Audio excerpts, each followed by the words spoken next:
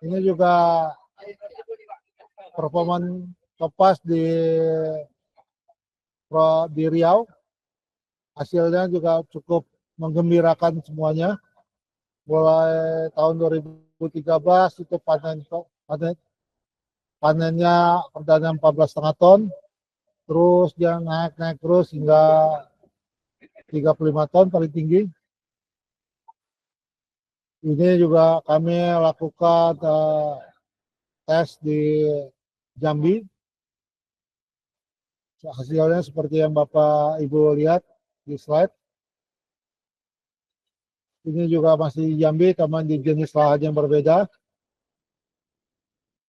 Nah, ini adalah kisaran produksi komersial bahan tanam Topaz untuk generasi kedua, mana tahun panen ke-1 TBS-nya berkisar 18 sampai 23 ton, tahun kedua 23 sampai 25,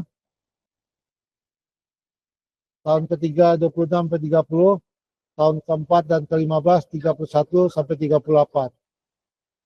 Kenapa mungkin Bapak Ibu juga suka ada yang pernah mendengar di mana Topaz ini berakhir hanya umur 15 tahun? Tentu tidak, Pak. Karena data yang kami sampaikan ini adalah data yang real. Jadi untuk tahun-tahun 16, 17 sampai seterusnya kami tidak merecord lagi. Dan kami pastikan bahwa tanaman Topaz dapat ditanam hingga umur 25 tahun dengan hasil yang tetap sempurna, berkisar antara 30 sampai 35 ton per hektar per tahun. Nah, inilah contoh-contoh Topaz 3. Buahnya luar biasa, cukup sangat luar biasa, dua tingkat. Ini Topaz 1, umur 2,5 tahun, hasilnya luar biasa. Ini juga Topaz 1, ini adalah Topaz 1, umur 5 tahun. Bagaimana seperti saya sampaikan di awal, bagaimana mencapai angka-angka yang seperti saya sebutkan di atas, yang sebutkan di awal, kita harus mempunyai budaya kebun. Budaya kebun ini Bapak Ibu semua harus menanam bibit yang terbaik. Bapak Ibu dapat membeli bibit tidak hanya Topaz, belilah bibit di sumber benih yang resmi, tidak melalui sumber benih yang belum teruji dan tidak jelas. Yang kedua, kalau Bapak sudah mendapat bibit unggul yang baik, ditanamlah di tempat yang benar. 3, bibit, karena jumlah lahan ini sekarang mahal dan cukup sulit dicari, maka jumlah per hektar kita harus maksimalkan. Bapak Ibu kalau menggunakan material tanam Topaz dapat menanam 143 pokok per hektar. Bagaimana dengan perawatannya? Perawatannya lakukanlah dengan sistem 4T, yaitu tepat waktu, tepat dosis, tepat hara, dan tepat tempat. Yang kedua adalah pemeliharaan yang tepat guna, sistem kastrasi yang benar. Karena Topaz ya, seperti untuk tentang kastrasi ini adalah hal yang wajib Bapak Ibu lakukan pada saat mulai belajar berbuah. Ini harus dilakukan pengambilan buah belum pada waktunya. Jangan didiamkan karena nanti akan berefek pada besarnya batang dan akan berefek pada masa-masa setelahnya. Yang lain adalah persiapan prasarana panen yang baik. Yang terakhir ada konservasi tanah dan air yang baik. Jadi maksudnya semua ini kita lakukan dengan sistem bertani yang sangat baik sehingga akan menghasilkan buah yang maksimal. Next.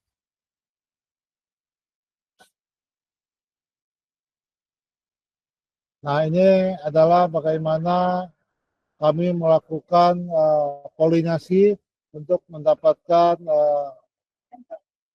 bibit yang benar-benar original, tidak terkontaminasi dengan hama atau yang lain. Next.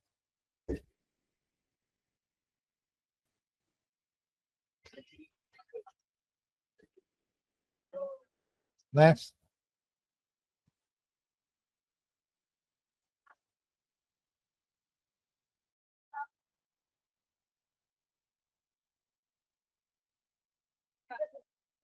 Ini adalah tanaman Ganoderma screening. Inilah bagaimana kami melakukan tes terhadap topas GT kami. Kami benar-benar melakukan tes Ganoderma langsung ke batangnya. Jadi tidak menggunakan bahan-bahan yang lain. Kami benar-benar tes langsung di batangnya. Next.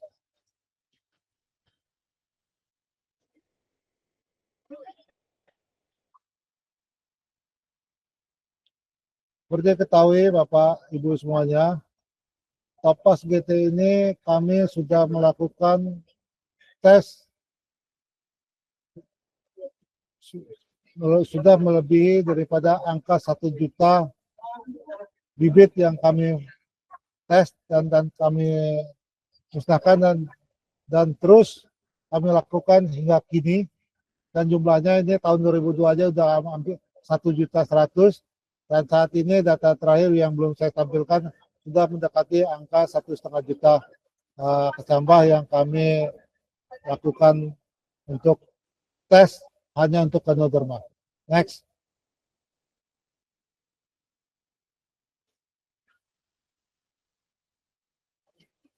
Ini adalah hasil-hasil untuk potensi Topas GT. Seperti saya sebutkan di awal tadi, potensinya berbeda dengan Topas regular, Topas 1, Topas 2, Topas 3, di mana Topas GT-nya hasilnya sedikit lebih rendah dibanding yang lain. Next.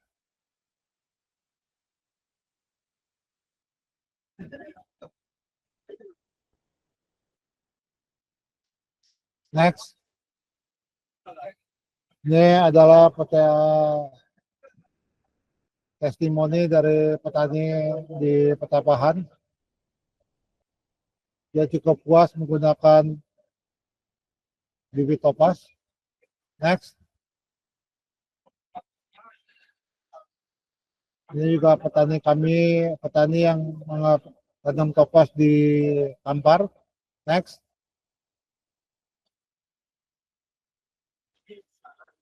Ini Kampung Baru UPI, Kabupaten Pelalawan. Next. Ini Pak Zulkifli Siombing di Jambi. Next.